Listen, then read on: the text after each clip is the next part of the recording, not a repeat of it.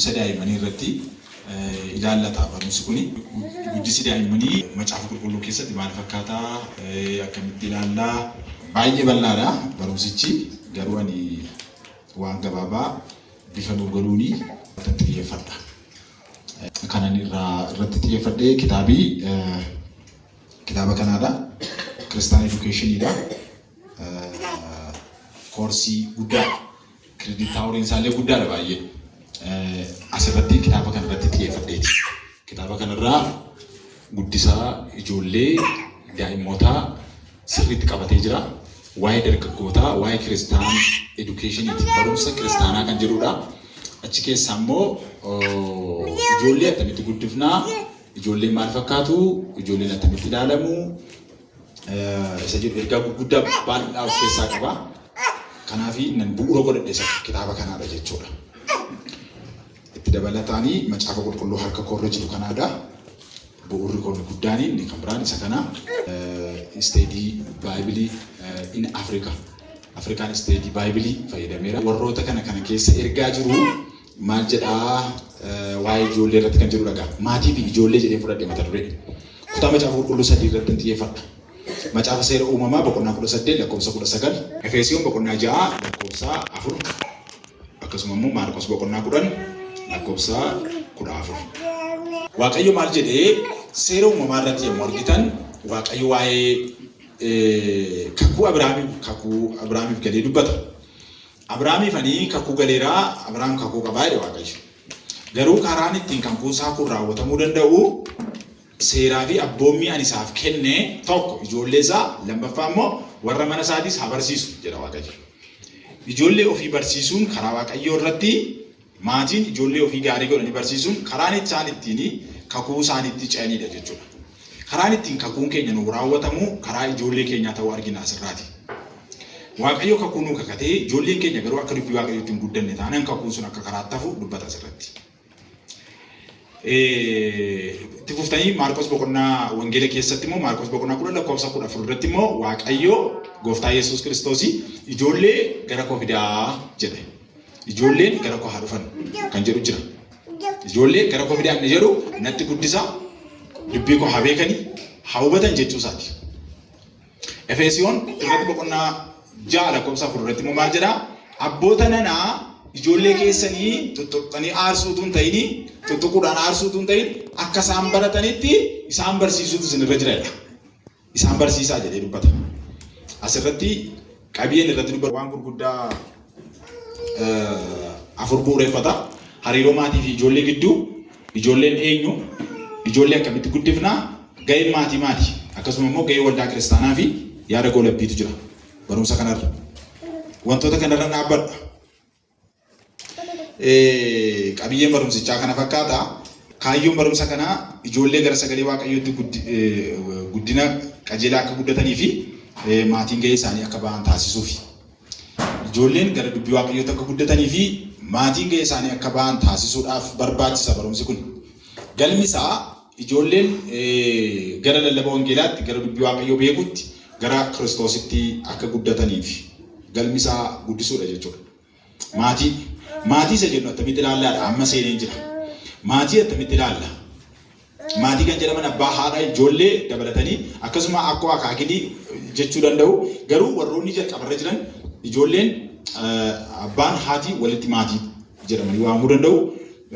Maatiin kamiyyuu yaada Waaqayyoon alaa bu'uureffamuu akka hin dandeenyedha. Maatii Waaqayyootu hundeesse, sababiin isaa gaa'ila Waaqayyootu dhaabe waan ta'eef.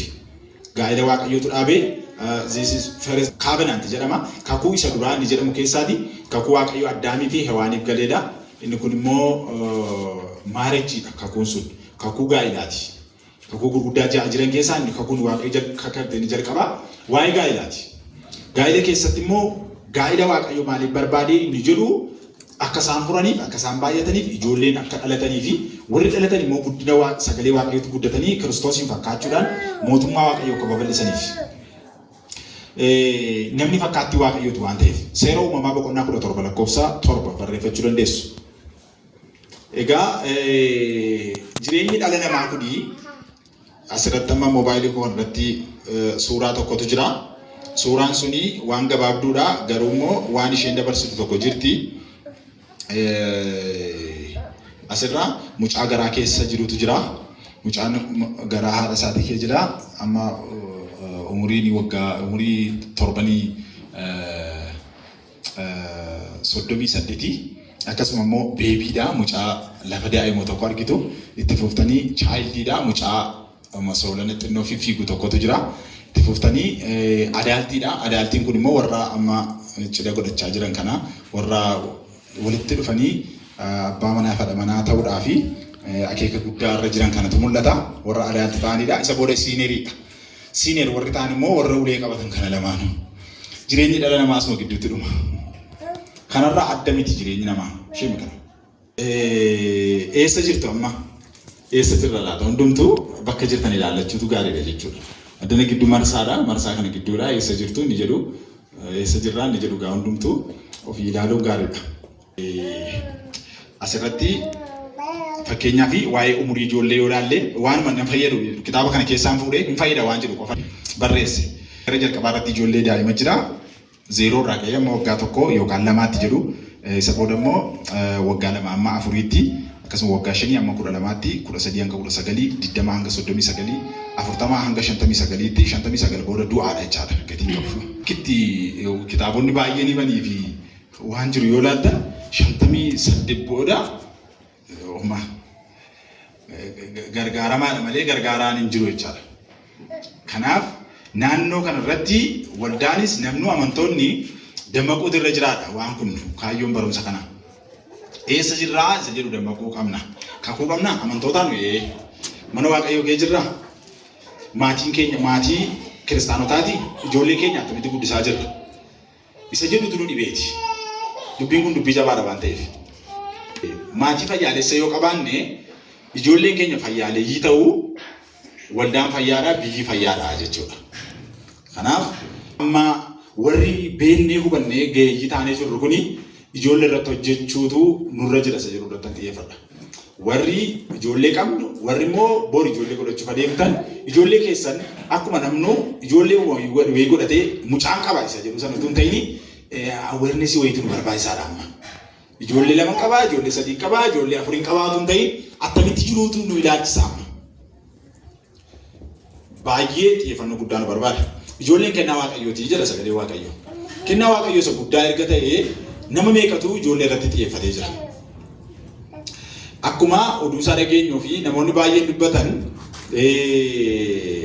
garri lixaa kun akkamitti akka waldaan kiristaanummaan harkaa ba'aa gara xuraa'ummaatti gara gadhiisiitti gara seera waaqayyoo irraa fagaachuutti akka isaan itti dhufanii ijoollee irratti hin hojjenne ijoolleetu hin guddifne ijoolleetu akka dubbii waaqayyootti hin bulleedha. Riizinii biraan hin jiru. Sababii kanaaf har'a waldaan kiristaanaa baay'een cufamaa jira. Manni sagadaa baay'een cufamee iddoo muuziqaa, iddoo sirbaa, iddoo garaagaraa ta'eera kan jiran namoonni qaamaan beekan nutti himu. Biyyuma keenya keessattis maalirra kanarraa fagoon taanu yoo irratti hin hojjenne inni fagoo jiru as jira dhufuun hafu waan ta'eef. Irraa jala badaa deema. Giraajuwaalii oolee buleeti malee harkanuma tokkotti miti. Namarratti hojjechuun oolee bulee bu'aa buusa. Kanaaf waldaan kiristaanaa dhaloota irratti hojjechuun baay'ee barbaachisaadha jechuudha. Maatii fayyaalessa yoo ta'utu nurra jira, ijoollee fayyaaleeyyii qabaachuudha. Kiristaanota warraa kan Kiristoos ta'anii kana adda kan nu taasisu akka nu ijoollee keenya irratti xiyyeeffannu kan nu godhu hafuurri waaqayyoo nu keessaa jira. Isa spiritual ta'eedha nan isinitti dubbadhu kun. Isa sekuraalii barumsa biraa utuu hin ta'in akka macaafa qulqulluutti akka sagalee waaqayyootti isa jedhuudhaan amma dubbachaa jiru. Maatiin kiristaanotaa ijoollee isaanii irratti xiyyeeffachuu akka qaban. Iddoo waaqayyoo jiru nagaatu jira. Macaafa fakkeenyaa 15-17 irratti ijoolleen sammuu nagaadhaan guddachuu qabu. Mana nagaa barbaachisa. Maatii nagaa ta'uu nu barbaachisa. Fakkeenya 15-17 irratti nagaa ta'uutu nu barbaachisa. Namni yoo nagaa hin taane dubbannaan isaayyuu qajeelaa miti. Duraan dursa nagaa ta'uu nu barbaachisa. Sammuun keenya nagaa ta'uu qaba. Manni keenya nagaa ta'uu qaba. Gaa'illi nagaa ta'uu qaba. Hafuurri keenya nagaa ta'uu qaba. Nama hafuuratti guddisuudhaaf yoo hafuurri keenya nagaa ta'edha. Namni hafuurri isaa booraa ta'e waan qulqulluu nama keessatti oomishuu hin danda'u. Waan akka isaatii oomisha namni iyyuu. Kanaaf sagalee waaqayyoo isa kana nutti hima. Maatii waaqayyootu hundeessee macaafa faarfannaa 127 tokkorraa yommuu argitan maatiin kan waaqayyo waan ta'anii fi maatiin xiyyeeffannoo mataa isaanii isaan barbaachisa. Maatiin kiristaanotaa obbolo tokko waaqayyo maatii qabaachuudhaan namoota eebbisa. Macaafa faarfannaa 128 lakkoofsa 3-4 waaqayyo gaafa nama jaallatu gaafa nama eebbisu maatiidhaanis ni eebbisa. Gaa'ilaan jechuudha. Buurri maatiin ni jedhu sarara dhufa beektu iddoonni biqila isaanii gaa'ilarra. On marriage gaa'ilarraa biqila. Achitti manni nagaa ta'utu irra jiran ni jedhu sakaraga. Kun barumsa biraatti nageessa waan ta'eef achi keessan yommuu itti fufnu itti gaafatamummaa maatii gidduu jirutu jira. Maatiin hundumtuuyyuu itti gaafatamummaa qaba. Abbaan manaa itti gaafatamummaa qaba. Haati manaa itti gaafatamummaa qabdi. Ijoolleenis itti gaafatamummaa qabu. Manni akkasitti bulaa jechuudha. Manni duraa duuba qaba. Abbumti argina mana jechuudha mana keessa. Hundumtuu ajajaa taanaan hundumtuu immoo ajajamaa taanaan rakkoodha. Manni mataa duraa fi booddee qaba jechuudha. Mataan eenyudha? Mataa mana tokko abbaa manaati. Ani mataa mana kootiiti. Koffaan isa kana. Haati manaa immoo dhanna. Ijoolleen immoo warra guddifamanidha. Yoo akkasin ta'in hundumatu wal ajajaa jechuudha. Ajajan fudhannoo miti. Gaafa wal dhaga'uun diduu nagaatu dhiba. Gaafa nagaan dhibu ijoolleetu sammuu isaanii boora adeema. Amma waan tokko qofa riizinii tokko qofa lafa kaa'uu hin dandeenyu wantoota ijoollee miidhuu danda'an. Karaa nuti ittiin guddifnu keessaa inni guddaa fi bu'uura irraa furamuu qabu. Isaan amma dubbachaa jiru kana. Kakuun akka itti fufuuf ijoolleen akka waaqayyoon beekanii guddataniif inni jalqabaa nuyi mataa keenyaa jechuudha warra mana qaba. Ijoolleen sammuu isaanii akka waraqataatii jedhu minire. Sammuu isaanii akka waraqataati qabata waan ta'eef. Waanuma ni goonu shaakaluu, waanuma ni goonu dubbatu, waanuma ni jennu jedhu isaan. Nurraa adda waan biraa jechuu hin danda'ani. Kanaaf akka itti jirru hunduu of ilaaluutu gaariidha. Ijoollee attamitti guddisaa jirra? Ijoollee ilaalchuu qabnu maal fakkaata? Isteeppii tokko siquu qabna har'a gara duraatti. Akka itti duraan yaadnurra. Qabeenya keenya duwwaatu hin ta'in ijoolleen qabeenya keenya miti. Waan nuyi har'a bitadhe kun amma qabeenya kooti. Kana nan bitadhe. Kun qabeenya kooti. Mucaan koo kanaa wajjin waluma qixxatan ilaala qabeenya kooti jedhanii ilaala taanaan dogoggoreera. Dogoggora. Mucaa sanatti waaqayyootu itti dhimma ba'uu barbaada waan ta'eef. Inni bifa waaqayyoo qaba, isheen bifa waaqayyoo qabdi. Kanaaf itti gaafatamaan ana inni jalqaba. Egaa iddoo kanarratti abbaan manaa gahee tokko qaba. Efesiyoon boqonnaa 5 lakkoofsa 22 dubbisuu dandeessa. Akkasuma mana isaaf mataadhaa mana isaa geggeessuu qaba kan jedhu achirra jira. Lakkoofsa 2 irrattis lakkoofsa 22 irrattis isa dubbata. Haadha manaasaa ijoollee isaa eeggachuun kan isaati. Kan nama biraa miti. Haadha manaasaa ijoollee isaa eeggachuun kan nama sanaati. Ishee kana gaarii godha dhaggeeffadhaa biraa. Haadha manaa eeggachuun ijoollee ofii eeggachuun kan eenyuuti? Gahee eenyuuti? Abbaan manaan dubbattanii gahee abbaa manaati. Gahee nama biraa miti. Namni biraan namaa eeguu hin danda'u. Isa kana yoo beekne illee akka nu itti beeknutu rakkoo qabaa yoo dubbachaa jira. Akka nu itti beeknutu rakkoo qaba. Bakka kanarratti haadha manaasaa jaalalaan haa qabatu, ijoollee isaa dhoksaa sagalee waaqayyoo beekutti guddisu. Yoo akkas ta'e jedhamanii qajeelfama sagalee waaqayyoo keessatti yoo akkas ta'e dhufee geggeessaa waldaa, dhufee jaarsolii waldaa, dhufee warra tokkummaa qulqullootaa geggeessuu danda'a namni akkas jedha. Namni akka kana. Yoo ulaagaa kana hin guunne ta'e jaarsolii waldaayyuun tayya Ximootiyoos orki nama akkasii jedha Paawuloos Ximootiyoos yeroo barreessu. Namni mana isaa bulchuu, mana isaa geggeessuu, mana isaa qabuu hin dandeenye qabuun ni jedhu kun adabuu, dheekkamuu, wacuu qofa miti. Siisteemoota baay'eetu jira. Spiritual kan ta'e. Waan eenyullee gidduu seenuu hin dandeenye concrete waan ta'e tokko jira maatii gidduu, gaa'ela gidduu. Maatii gidduu. Eenyu tokko cabsee seenuu kan hin dandeenye. Waldaa cabsee seenuu kan hin dandeenye. Uummanni biyyi dacha'ee cabsuu kan hin dandeenye siisteemii tokko jira. Dhimma maatii. Isa kanaafi duty eenyuutu beektu kun kan abbaa manaati. Inni jalqabaa responsibility kan qabu. fakkeenya boqonnaa 5 lakkoofsa 7 irratti argachuu dandeessu. Ijoollee isaa immoo barsiisuutu irra jira jedha achirratti. Itti dabalataanii ijoollee isaa maal gochuu qaba? Barsiisuu qaba jedha. For education of children. Boqonnaa 24 lakkoofsa 21, boqonnaa 22 lakkoofsa 6 macaafa fakkeenyaa irratti argachuu dandeessu. Ijoollee isaa maal gochuu qaba? Barsiisuu qaba jedha. Abboonni ijoollee isaaniitiif gonfoodha jedha sagalee Waaqayyoo. Macaafa fakkeenyaa 17 irratti. Maaliif jennaan gonfoon waan himatan, waan olaanu, waan kabajamaa fi waan guddaadha.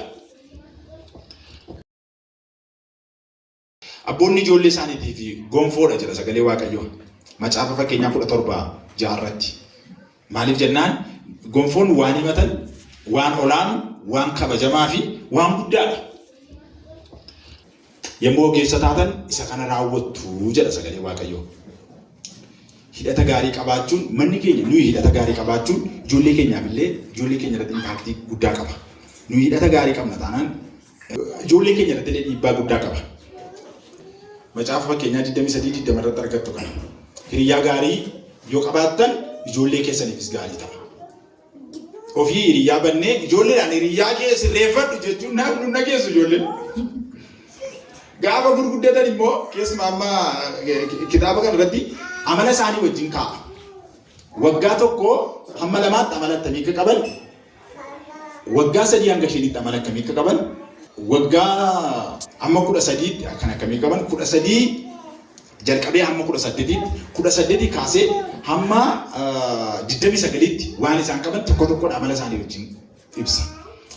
Aniyyuu barumsa kana isin barsiisuudhaaf waan ani sakatta'ee fi waan baay'ee nu badde aniyyuu. Waan ani hin beekne waan baay'ee hin bare. Kanaaf utuu ofii keenyaaf gaariitti jiraate ijoollee keenya gaarii barsiisuu hin dandeenyu. Utuu ofii keenyaaf dubbannaa keenya hin sirreessi, ijoolleedhaan dubbannaa sirreessi jechuun gowwummaa jechaadha. Ofii kominikeeshinii gaarii hin barreetta miti ijoollee ajajna. Gaafa guddataa deeman isaanis isuma fudhatanii guddatu jechaadha. Gaafa xiqqoo ol siqan immoo atiyyuu akkasii jechuu jalqabu. Kanaaf abboomamuu diduun wantoota akkasiirraa oolee bulee dho'a jechaadha bakkeetti. Didaa ta'uun, didduu ta'uun, finciloo ta'uun kanarraa dhufa. Fincilli kanarraa dhalata jechaadha. Kanaaf mucaa harka keenyarraa fuunee gannee booda rakkoo keessa galla jechaadha. Namoonni rakkoo keessa galu. Kanaaf har'a utuu harka keenyarra jiru eeguun kan keenya malee kan nama biraa miti. Gahee keenya bahuutu irra jira. Macaafa fakkeenyaa boqonnaa 6 lakkoofsa 27 irratti abbaa manaa gaariin ijoollee isaafis maatii isaaf haadha manaasaaf amanamaa haa ta'u jedha. Akkasuma fakkeenya 6:32. Namni garuu gadhiisitti jiraatu, abbaan manaa gadhiisitti jiraatu, haati warraa gadhiisitti jiraattu ijoollee sana maalitti guddisaa jirti jechuudha? Gadhiisitti guddisaa jirti jechuudha. Inni jalqabaa ofii keenyaaf sirrachuu qabnaadha. Gaafa ofii keenyaaf sirrannu nu ilaalaa guddatu waan ta'eef waanuma xiqqaadha waan nu sirreessaa deemnu. Kanaaf inni jalqabaa fudhatu jechuudha. Akkamitti jirra laata? Asirratti silaayidii tokko kan taatu waa'ee haadha manaan barreesse. Haati manaa akkasuma akkuma abbaan manaa responsibilitii fi fakkeenya ta'uudhaan dubbachaa turre sana qabu. Haati manaa asirratti abbaa manaa isheetii fi abboomamtee gabiidhaan jiraattu suutaa jettu gabii abuuftudha. Qolaasaayis boqonnaa 3 lakkoofsa 18 irratti. Isa duraa Phexros boqonnaa 3 lakkoofsa 1 irratti gabii abuuftu jedha. Nagaa qabaattu jedha. Yommus manni nagaa ta'a. Fakkeenya boqonnaa 14 lakkoofsa 1 irrattis mana ishee haa ijaartu jedhe dubbata. Mana haa ijaartu ni jedhu kuni waan muka guuranii walitti ijaaranii mana ijaarradhe jedhan kana utuu hin ta'in mana inni jedhamu kuni siisteemii isaa oolanii buluu, nagaa jiraachuu, hojjechuu, waa'ee waan duraa karoorsuu fi aggaamiidha, piroosesiidha.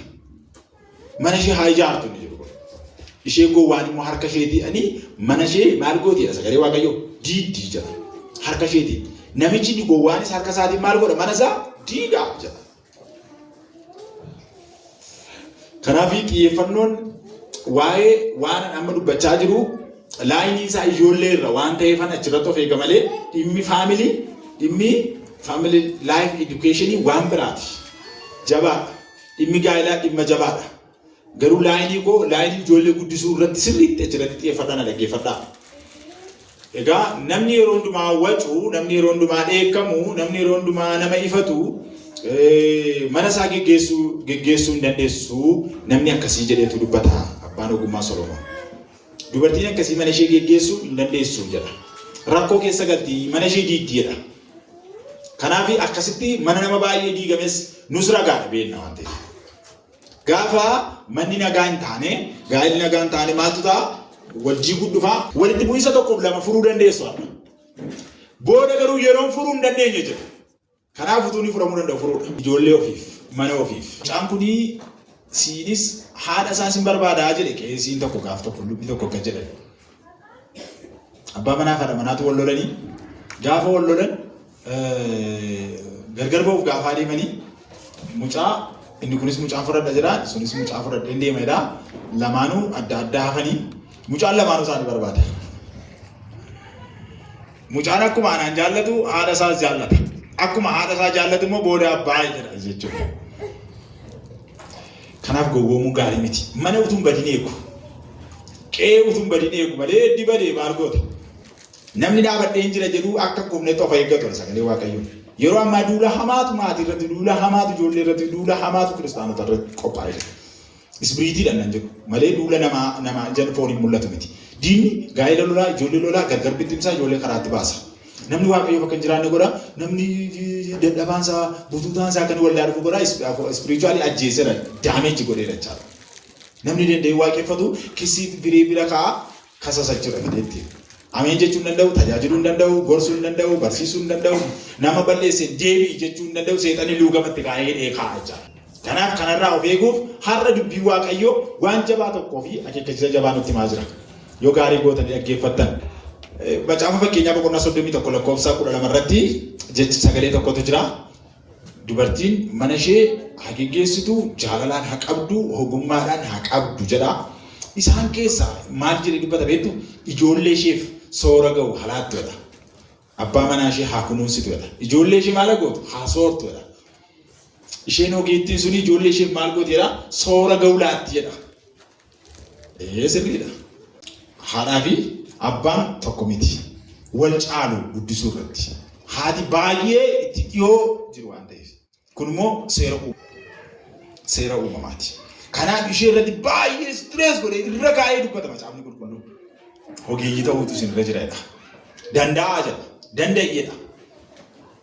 Akkas hin dandeessanitti isin uume Waaqayyo. Akka isaan danda'anitti uume. Akka isaan baachuu danda'anitti uume Waaqayyo. Dhimmanii hojjechuu, dhimmanii ijoollee guddisuu, dhimmanii kunuunsuudha. Macaafa fakkeenyaa 31:17 irratti gara dubbata.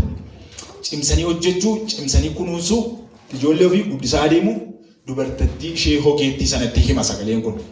Ogummaadhaan ijoolleetti dubbachuu, ijoolleen dubbii attamii barbaadu kan jiru goodaa kanatti barreessin jira. Isa aariifadheen dubbadha booda. Waaqayyoon sodaachuudhaan hojjechuu, mana ishee keessatti isheen kennaa gaariidha waan ta'eef mana isheetiif ishee matu kennaadha sagalee kana keessatti. Macaafa fakkeenyaa 19:14 irratti mana isheetiif kennaadha. Mana isheetiif kennaadha ati warra. Macaafa fakkeenyaa 19:14 kennaa guddaan manaaf kennamte isheedha. Sagalee Waaqayyoo sagal dubbata. Kanaaf abbaan manaa kennaadha isheen jettanii fudhachuu qabdu. Ijoollee ishee mana isheetiif isheen immoo maal ta'uu qabdi? Ogeettii taatee fuutee adeemuu qabdi jechuudha. Gaafa akkas ta'u obboloota ko. Gaafa akkas ta'u akka jalqaba irratti dubbanne manni nagaa ta'a, ijoolleen nagaa ta'u, maatiin nagaa ta'u, waldaan nagaa ta'a, hafuurri nagaa ta'a. Biyyi nagaa ta'a, naannoon nagaa ta'a. Gadhiisitu guddisuu waan hin jirreefi warri nama ajjeesan, warri nama saaman, warri didduu ta'anii qabeenya namaa cabsanii hatan hin mul'atan jechuudha. Hin argaman hundumtuu namoota Waaqayyoo, hundumtuu ijoollee Waaqayyoo ta'anii guddatu waan ta'eef. Kanaaf bu'uurri isaa hundumtuu abbaa manaa fi haadha manaa irra dhaabbata utubaan isaa. Barbaadee iddoo baay'eetti yeroo dubbisu achumatti na deebisa kitaabni achumatti dhufa. Macaafni qulqulluunis bu'uurri isaa isa kana jedha. Kanarraa ooluu fi waan isin gootan waan lama jira. Tokko warri gaa'ela keessa jirtanii, warri gaa'ela keessa jirtan gaa'ela keessan gaarii godhaa eeggadhaa. Gaa'ela keessan gaarii godhaa eeggadhaa. Abbaan manaa haadha manaa kee gaarii godhi eeggadhu jaalalaa wajjin jiraadhu. Kanuma haati manaa abbaa manaa kee kunuunsi eeggadhu ulfina kenniifi wajjin jiraadhu. Warri gaa'elatti hin galle immoo dargaggoonni addana keessa jiraachuu dandeessu argaan jira waan ta'eef isin immoo ilaalladhaa fuudhaa ilaalladhaa heerumaa. Tole kanuma fallisa falli biraan jiru ilaalladhaa fuudhaa ilaalladhaa heerumaa. Yoo akkas taatan of kaltaniittu.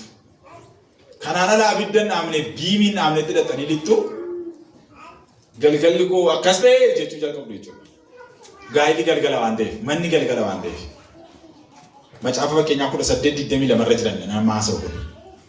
Haadha manaa isaa taatu kan argatu waan gaarii argata kan jedhurraan achirraan fide.